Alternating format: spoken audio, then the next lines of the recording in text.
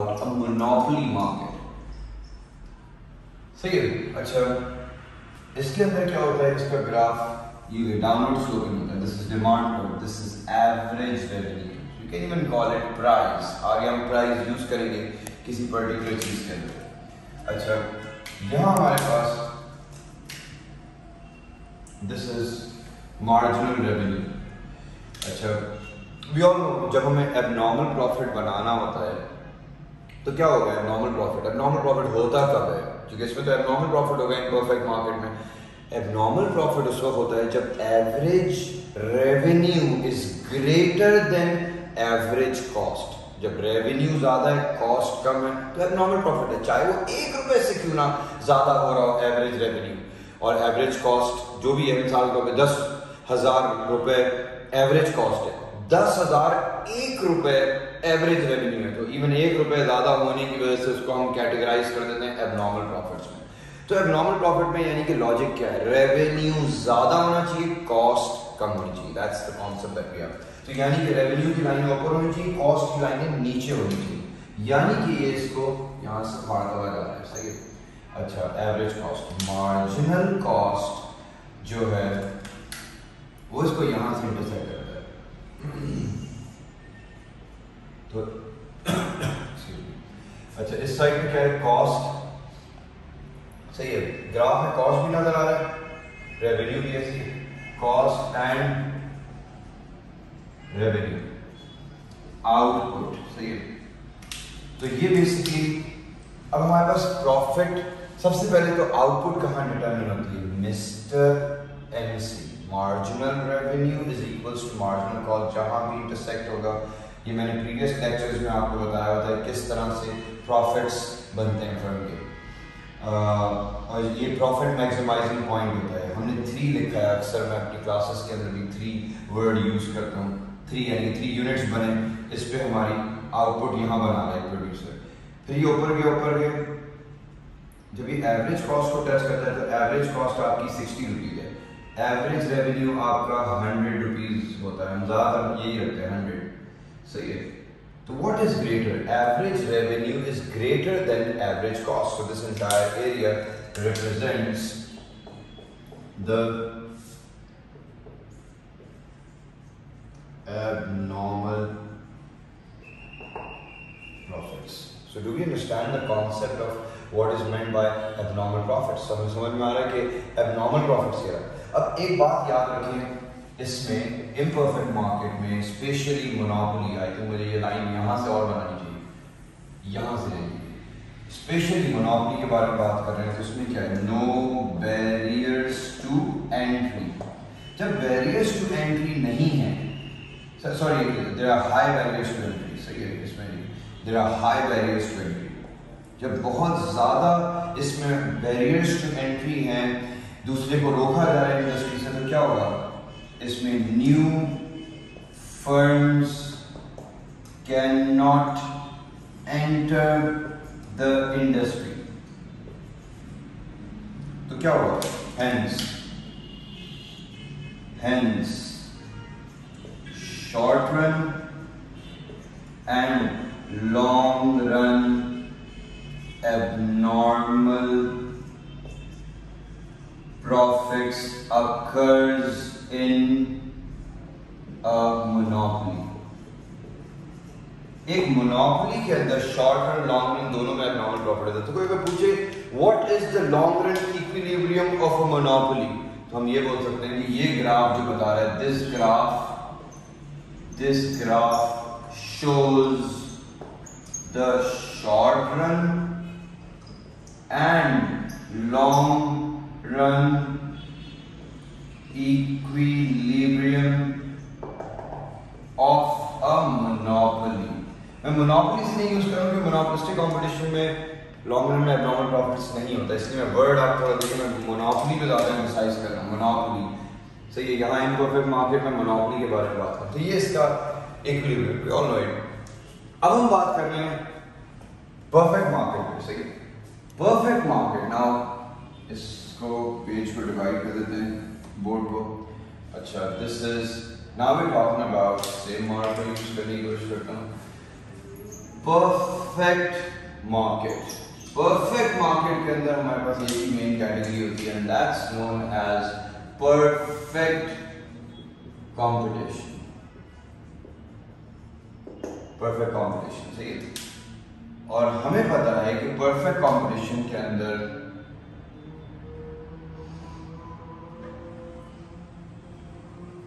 Perfect competition के अंदर हम जैसे बात कर रहे हैं, एक चीज देखिएगा,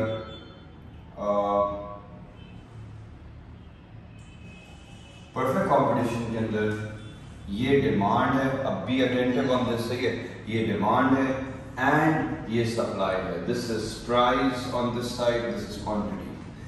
this is the industries demand and supply, यानी ये पूरी इंडस्ट्री की डिमांड एंड सप्लाई, सही है, पूरी इंडस्ट्री की डिमांड सप्लाई, यानी कि और ये प्राइस, जो भी प्राइस है, जैसे $10 या $100, सही है, 100 रुपीज की प्राइस इंडस्ट्री ने सेट करी है। बेचारा फर्म जो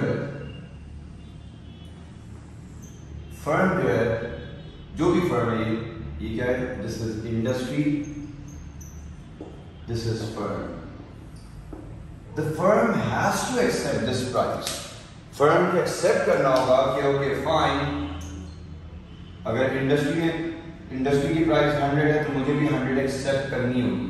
तो this is known as demand curve, और यही प्राइस में बेचूंगा सारे गुड्स, तो परफेक्टली इलास्टिक है, चाहे एक बेचूं, दूसरा बेचूं, 50 बेचूं, यही प्राइस है, यही एवरेज रेवेन्यू है। जितने भी बिकेंगे सब एक ही प्राइस पे बिक रहे हैं, आप डिवाइड करेंगे उसको यूनिट से तो एक ही अमाउंट आएगा एवरेज रेवेन्यू से, एक्स्ट्रा भी इतनी कहीं बिक रहा है। तो यानी कि ये पार्ट जो है, अगर मैं इसमें देखूं, firm is a price taker. Why is firm a price taker? Because जो फर्म है उसकी प्रेजेंस पूरी इंडस्ट्री में जो है वो ना होने के बराबर है। तो एक फर्म अगर अकेला बेचारा अपनी सप्लाई बढ़ाता भी है, कम भी करता है, तो इस पे ग्राफ पे माइक्रोस्कोप भी लेके देखेंगे तो शायद ही कोई डिफरेंस नजर आए, क्योंकि बिलियंस की एक चीज बिकती है। बेचारा एक प्रोड्यूसर बेचता है दिन की 40-50 बेचता है, बिलियंस दिन की बिकती हैं, तो उसकी अगर वो 60 के बजाय 120 भी बेच देगा तो it will make no difference in billions की sales per day. So that means a firm has to accept this price. अच्छा, ये तो हमें कॉन्सेप्ट अभी के समझ में आया। अच्छा, अब हम अगर बात करें अबाउट, लेट्स सपोज यही सीन चल रहा था एंड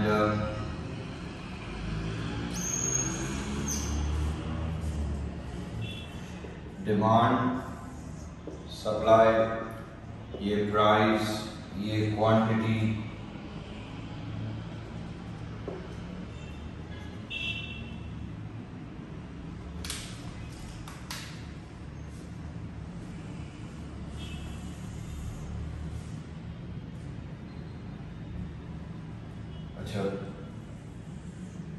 ये demand is equals to price, same चीज बना रहा हूँ, average revenue is equals to margin revenue. अच्छा, this is cost and revenue, जैसे ये आउटपुट है, दिस इज आल्सो आउटपुट। अब एक चीज देखिए, इंडस्ट्री का ग्राफ है, let's suppose this is industry and this is firm, यहाँ मैंने फर्म लिया। Let's suppose, I mean we all know इसमें नॉर्मल प्रॉफिट हो रहा होता है। नॉर्मल प्रॉफिट कहाँ होता है? जहाँ average revenue and average cost same होता है, that's where normal profit takes place. तो ये नॉर्मल प्रॉफिट टच करता हुआ जाता है एवरेज रेवेन्यू की लाइन को। Average cost, average revenue same होना चाहिए, यहाँ सेम है तो इसका मतलब है नॉर्मल प्रॉफिट। जब सेम होगा तो नॉर्मल प्रॉफिट होगा। आप देखें यहाँ दोनों टच कर रहे हैं, सही। अच्छा, ये नॉर्मल प्रॉफिट है। अच्छा, इसमें भी मैं मार्जिनल कॉस्ट का ग्राफ बना भी सकता हूँ, थोड़ा कॉम्प्लिकेट करेगा, बगैर मार्जिनल कॉस्ट बनाए भी मैं उसको एक्सप्लेन कर सकता हूँ। अच्छा, वो फर्म यहाँ तक बना रहा है, सही है, चलो बना भी देते हैं। इसके अंदर बहुत सारे ग्राफ शिफ्ट हो जाएंगे। फर्म अभी नॉर्मल प्रॉफिट अर्न कर रहा है, सही है, कितना बेच रहा है? 3। तो हमने यहाँ एग्जाम्पल लिया था, यहाँ भी रखा है 3 यूनिट्स या 3 मिलियन यूनिट्स बना रहा है। अच्छा, अब एक चीज देखें, इस प्रोड्यूसर को परफेक्ट कॉम्पिटिशन में एक्सटर्नल इकोनॉमीज ऑफ स्केल मिल गया। ये मिसाल के तौर पे दूसरे प्रोड्यूसर के पास गया, बोला कि मैं एसी बनाता हूँ, मुझे प्लास्टिक चाहिए होती है, एंड तुम मोबाइल फ़ोन बनाते हो, तुम्हें भी प्लास्टिक चाहिए होती है। दोनों की प्रोडक्ट्स अलग है, मिसाल के तौर पे सेम भी हो सकते हैं। अलग है। तो उसने कहा कि काम करते हैं, हाउ अबाउट अगर हम 2 मिल के प्लास्टिक मंगवाएं, तुम्हें प्लास्टिक 2 लाख की पड़ती है, अगर हम मिल के मंगवाएंगे एक प्लास्टिक हमें बल्क में सस्ती पड़ेगी, मुझे 1,20,000 की पड़ेगी, तुम्हें भी 1,20,000 की पड़ेगी, वरना दोनों 2-2 लाख की प्लास्टिक मंगवाते थे। अब जब बल्क में मिलके मंगवाएंगे तो क्या होगा, 1,20 की पड़ी, 80,000 दोनों फर्म्स का काम हो रहा है। तो एक्सटर्नल इकोनॉमीज ऑफ स्केल का मतलब होता है दूसरे की वजह से आपकी कॉस्ट कम हो रही है किसी भी रीजन। अच्छा, जरूरी नहीं है कि उसकी आपकी वजह से कम हो। मिसाल के तौर पर किसी ने गार्ड्स बराबर में किसी ने एक दुकान खोली, उसने बहुत सारे गार्ड्स रखे अपने, उसने इतने सारे अपने गार्ड्स रखे, उसकी वजह से मुझे गार्ड रखने की जरूरत ही नहीं पड़ी।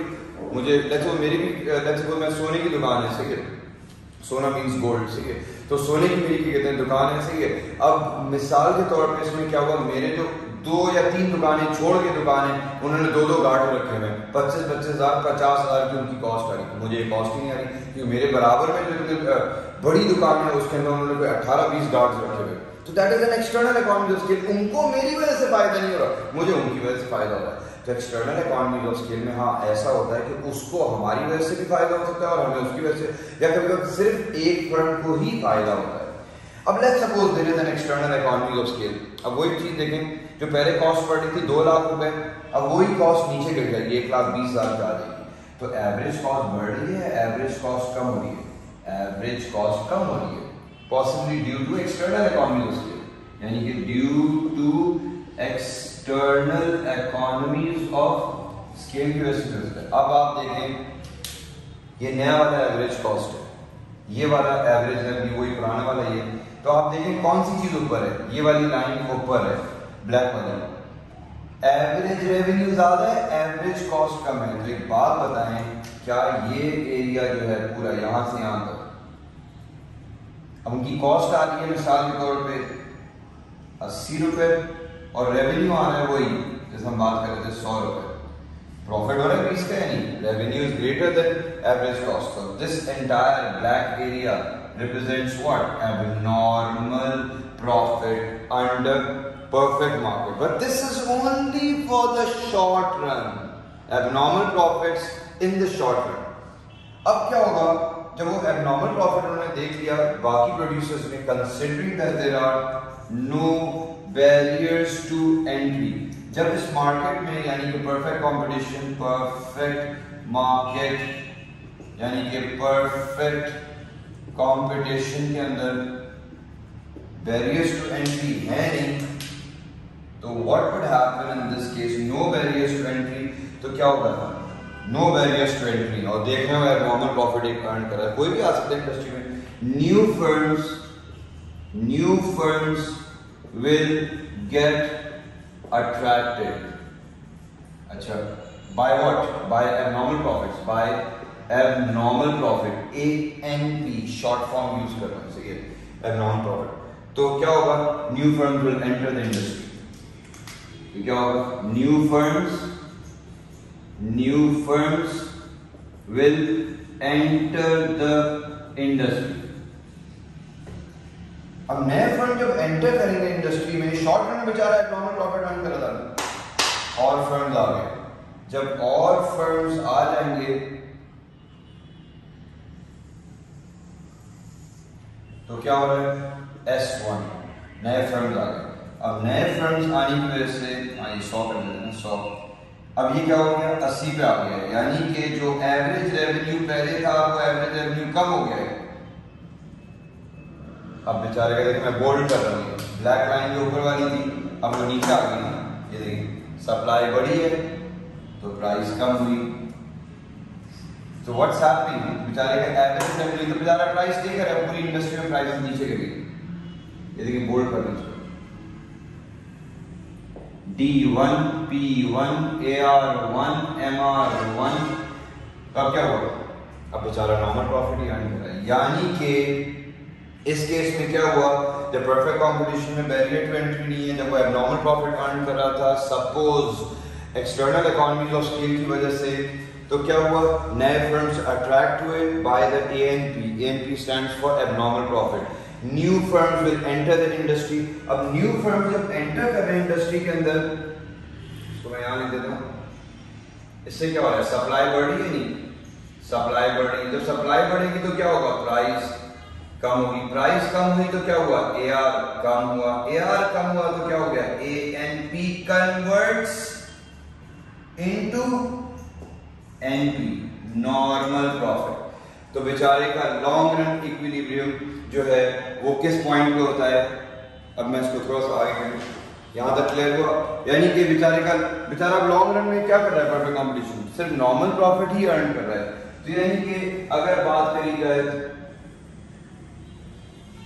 दोनों ग्राफ लगा के अगर हम एक्सप्लेन करें इसको, ये इंडस्ट्री का है, डिमांड सप्लाई, ये प्राइस, ये क्वांटिटी।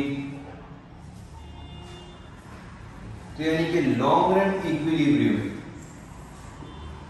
ये इंडस्ट्री ने प्राइस जैसा 80 रख के कर यानी कि 80, अब ये हमारी प्राइस है, बेचारे को 80 रुपीज का D1 में उसी की रेफरेंस यूज कर रहा हूं, D1 P1 AR1 MR1 80 लिख देना, 80 जैसे यहां हो रहा था, अभी टच कर रहा है इसको, बेचारा पहले ये इसका ऊपर होता था इस जगह पे, सही, अभी नीचे आ गया, उसी जगह पे आ गए जहां ये, तो यानी कि अभी टच कर रहा है, this point shows what, normal profit, यानी इस जगह से तो मार्जिनल कॉस्ट निकलता हुआ जाता है, मार्जिनल कॉस्ट। आउटपुट कहां डिटरमिन होती है, मिस्टर एमसी, ये रहा 3 यूनिट्स, एंड प्रॉफिट एंड या लॉस कैसे निकलता है, ये कॉस्ट है आपकी, 80 कॉस्ट भी है, 80 आपका रेवेन्यू भी है। जब रेवेन्यू एंड कॉस्ट सेम होता है तो ये क्या होता है, नॉर्मल प्रॉफिट। यानी कि जैसे हमने वहां उसके अंदर लिखा था, तो ये बेसिकली क्या है, नॉर्मल प्रॉफिट, नॉर्मल प्रॉफिट। तो यानी कि अगर पूछा जाए कि दिस ग्राफ, यानी कि लॉन्ग रन में बेचारे अगर पूछे what is the long run equilibrium of a perfect competition, it occurs at a point where they're just making normal profits. So this graph shows long run, long run and short run दोनों साथ में मैं दिखा रहा हूं। long run equilibrium of a firm in कौन सा, perfect competition, short run नहीं बोला कि शॉर्ट रन में वो एब्नॉर्मल प्रॉफिट अर्न कर सकता है। अच्छा, कभी कभार ये भी होता है, यानी ये तो क्लियर हो गया, what is the long run equilibrium, यहां क्या आएगा, कॉस्ट एंड रेवेन्यू, यहां से आएगा आउटपुट। अच्छा, यानी ये क्लियर हो गया, what is the long run equilibrium of perfect competition, normal profit, what is the long run equilibrium of monopoly, abnormal profit, clear. अब कभी कभार ऐसा भी होता है, लेट्स टॉक अबाउट दिस, ये तो क्लियर हो गया। अब एक और चीज देखिए, this is demand, this is supply, this is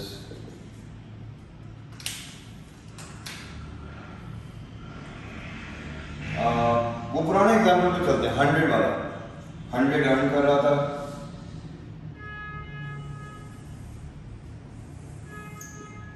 अच्छा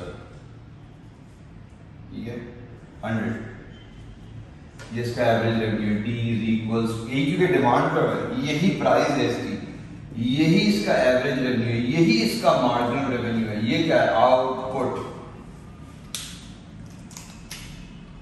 और ये पहले तो यूं अर्न कर रहा था, ये याद है, नॉर्मल प्रॉफिट, फिर इसने एक्सटर्नल इकोनॉमी को स्केल लगा के एबनॉर्मल प्रॉफिट अर्न कर रहा था, हमने यहाँ 80 रखा हुआ था, याद है, 80 रखा हुआ था। अच्छा, अब देखिए इस वाले में क्या होगा, उस वाले में 80 रखा हुआ था, तो इसको एबनॉर्मल प्रॉफिट हो रहा था बीच में। अब ये since there are no barriers to entry, यानी कि no barriers to entry BTE, तो क्या हुआ, न्यू फर्म्स, थोड़ा शॉर्ट लिख रहा हूं मैं इसको क्योंकि मैंने वहां काफी एक्सपेंडेड लिख लिया था, नो BTE, न्यू फर्म्स, सही है, न्यू फर्म्स, शॉर्ट लिख रहा हूं, न्यू फर्म्स से क्या होगा, सप्लाई बढ़ी, क्योंकि उनको एबनॉर्मल प्रॉफिट नजर आ रहा है, सही है, सप्लाई बढ़ी, सप्लाई इतनी बढ़ गई है, देखो इतने सारे फर्म आ गए कि प्राइसेस इन्होंने पागलों ने 70 पे गिरा दिए, सही है, ये देखो डैम, बेचारे का लॉस होना शुरू हो गया। D1 is equals to P1 is equals to AR1 is equals to MR1। इसका तो बेचारे का गेम ओवर कर दिया। इतने सारे प्रोड्यूसर आ गए, इतने सारे प्रोड्यूसर आ गए, बेचारे का रेवेन्यू 70 आपके सामने है। कॉस्ट अगर कोई रख के देखे 80 पे आ रही है कॉस्ट, एवरेज कॉस्ट इतनी है, एवरेज रेवेन्यू है, कॉस्ट ज्यादा है तो लॉस नजर आ रहा है। तो क्या हुआ? That's a bad scene, there is a loss going on. तो यानी कि बेचारा परफेक्ट कंपटीशन जो है वो जब बेचारा एबनॉर्मल प्रॉफिट अर्न कर रहा है तो इतने लोग अट्रैक्ट हो गए, सप्लाई बढ़ गई, इतनी सप्लाई बढ़ गई कि क्या हुआ? Abnormal profit can convert into subnormal profit. Subnormal profit का मतलब होता है लॉस। ये भी तो बेचारे के साथ हो सकता है। अब जब लॉस हो रहा होगा तो क्या होगा? Firms will leave the industry. सही है, एक फर्म 1 महीना बर्दाश्त कर सकता है, कोई 4 महीने बर्दाश्त कर सकता है, कोई 8 महीने बर्दाश्त कर सकता है, कुछ फर्म्स क्या कहते हैं 1 साल 3 महीना बर्दाश्त कर सकते हैं, फिर कहेंगे भाई बंद करो फर्म को। तो क्या होगा? जब फर्म लॉस हो रहा है तो फर्म बंद होना शुरू होंगे। तो जब फर्म बंद होंगे तो फर्म के नंबर ऑफ फर्म्स इंडस्ट्री में बढ़ जाएंगे या कम हो जाएंगे? कम हो जाएंगे। जब बंद हो रहे हैं सारे तो नहीं बोलूंगा लेकिन काफी बंद हो रहे हैं, तो सप्लाई जब कम होगी, फर्म्स कम हो रहे हैं, सप्लाई कम होगी। सप्लाई कहाँ कम होती है? लेफ्ट की तरफ। अब ये आप देखिएगा कि सप्लाई कम होगी, S2 फर्म छोड़ के इंडस्ट्री को जा रहे हैं, they are incurring a loss. S2 ये S2 है। अब प्राइस आ गई है 80 पे, देखते रहे 80 पे आ गई। ये D क्या बनाएगा? B1 था ना, D2 P2 AR2 MR2। अब क्या हो रहा है? Normal profit. तो यानी कि इसमें क्या होगा? अब इसके आगे मैं इसको लिख रहा हूं, इसको थोड़ा आगे ला सकता हूं।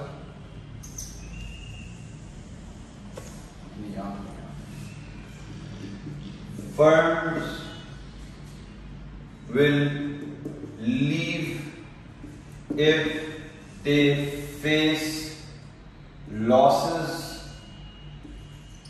hence this will decrease what? Decrease supply। तो इससे क्या होगा? सप्लाई कम होती है तो क्या होगा? प्राइस बढ़ेगी, क्या होगा? एवरेज रेवेन्यू बढ़ेगा। hence दो दफा नहीं आना चाहिए, सही है। this means this will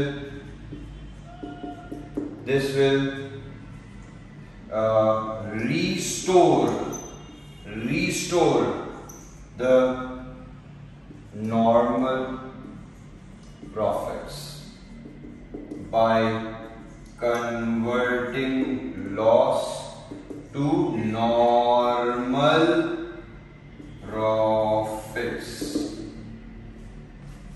एक समझ में आएगा इस, यानी कि इसको सर क्या कहते हैं, आप वापस यहाँ लिखा सकते हैं। मैं क्विक रिव्यू दे दूं इसका वापस about all what we did. यहाँ जाए इसको, यानी कि सही है, यानी कि short run versus long run profit under imperfect market and perfect market. Imperfect market में तो बैरियर टू एंट्री बहुत ज्यादा होते हैं, नए फर्म आ नहीं सकते मोनोपोली के अंदर। तो मोनोपोली का शॉर्ट रन में भी एबनॉर्मल प्रॉफिट है, लॉन्ग रन में भी एबनॉर्मल प्रॉफिट है। यानी कि मोनोपोली का इक्विलिब्रियम क्या है? मोनोपोली का इक्विलिब्रियम ये ग्राफ है, monopoly equilibrium. Okay, perfect competition बेचारा प्राइस टेकर होता है। जो इंडस्ट्री प्राइस सेट करती है फर्म को प्राइस एक्सेप्ट करनी पड़ती है, इसलिए तो यहाँ मैंने लिखा है प्राइस टेकर है, परफेक्टली इलास्टिक है, सही है। अच्छा, अब अगर हम यहाँ बात करें परफेक्ट मार्केट यानी कि परफेक्ट कंपटीशन में नो बैरियर्स टू एंट्री। अच्छा, जब बेचारा ये फर्म किसी भी रीजन की वजह से ये सप्लाई ये डिमांड थी, ये इसका रेवेन्यू था, इसने रेड वाली लाइन अचीव कर ली, average cost external economies of scale की वजह से अचीव कर लिया। लोगों ने देखा भाई ये तो प्रॉफिट अर्न कर रहा है, बैरियर टू एंट्री थे नहीं, नए फर्म्स अट्रैक्ट हुए बाय एबनॉर्मल प्रॉफिट, सप्लाई बढ़ी। जब सप्लाई बढ़ी प्राइस नीचे गिरी, एवरेज रेवेन्यू नीचे उतरा, तो क्या हुआ? वही एबनॉर्मल प्रॉफिट बेचारे का जो था सप्लाई बढ़ने की वजह से प्राइस कम हुई, एवरेज रेवेन्यू कम हुआ, एबनॉर्मल प्रॉफिट नॉर्मल प्रॉफिट्स में कन्वर्ट हो गया है। यानी कि परफेक्ट मार्केट में, परफेक्ट मार्केट सही है, परफेक्ट मार्केट के अंदर लॉन्ग रन इक्विलिब्रियम ये होता है क्योंकि वो नॉर्मल प्रॉफिट ही अर्न करेगा, सही है। एबनॉर्मल कर सकता है शॉर्ट रन में, even perfect competition can make abnormal profits but only in the short run, not in the long run, सही है। This graph shows long run, इसलिए मैंने LR लिखा है, long run equilibrium of a firm in perfect competition, सही है। यानी long run equilibrium ये वाला ग्राफ है। अच्छा, यहाँ मैंने दिखाया कभी कभी ऐसा भी हो सकता है, ये भी कौन सा वही perfect competition चल रहा है, सही है, perfect market। कभी कभार ऐसे भी सिचुएशन हो सकती है कि एबनॉर्मल प्रॉफिट बेचारा अर्न कर रहा था, इतने सारे फर्म्स अट्रैक्ट हो गए, इतने सारे आ गए, जैसे कि एक जमाने में बैंकिंग इंडस्ट्री में हुआ था, हमारे यहाँ आई गेस पिज्जा इंडस्ट्री में मेरे ख्याल से यही हो रहा है कि हर जगह पिज्जा इंडस्ट्री, पिज्जा फर्म्स खुले जा रहे हैं डिफरेंट नाम के साथ। तो सप्लाई इतनी बढ़ गई कि उनको प्राइसेस इतनी कम करनी पड़ गई कि लॉसेस होने शुरू हो गए। तो फिर क्या होगा, कुछ फर्म छोड़ के जाएंगे, उस वक्त तक छोड़ते रहेंगे जब तक नॉर्मल प्रॉफिट ना आए, और नॉर्मल प्रॉफिट जैसे ही आएगा ओके फाइन, अब मुझे पता है कि कुछ ना कुछ तो घर लेके जा रहे हैं। याद है मैंने नॉर्मल प्रॉफिट एक्सप्लिसिट इम्प्लिसिट वाले टॉपिक में एक्सप्लेन करा था कि उसमें फर्म नॉर्मल प्रॉफिट पे आप लोगों को दिखने में लग रहा होता है कि वो ब्रेक इवन कर रहा है, वो घर लेके जा रहा होता है, उसके अंदर इम्प्लिसिट कॉस्ट भी होती है उसकी। अभी क्लियर विद दिस? तो यानी कि फिर जब ये फर्म छोड़ के जाएगा तो वापस इसके प्रॉफिट्स किस पे कन्वर्ट हो जाएंगे, normal profit. Are we clear with this, guys? Short run, long run profits under perfect, imperfect market. That's it.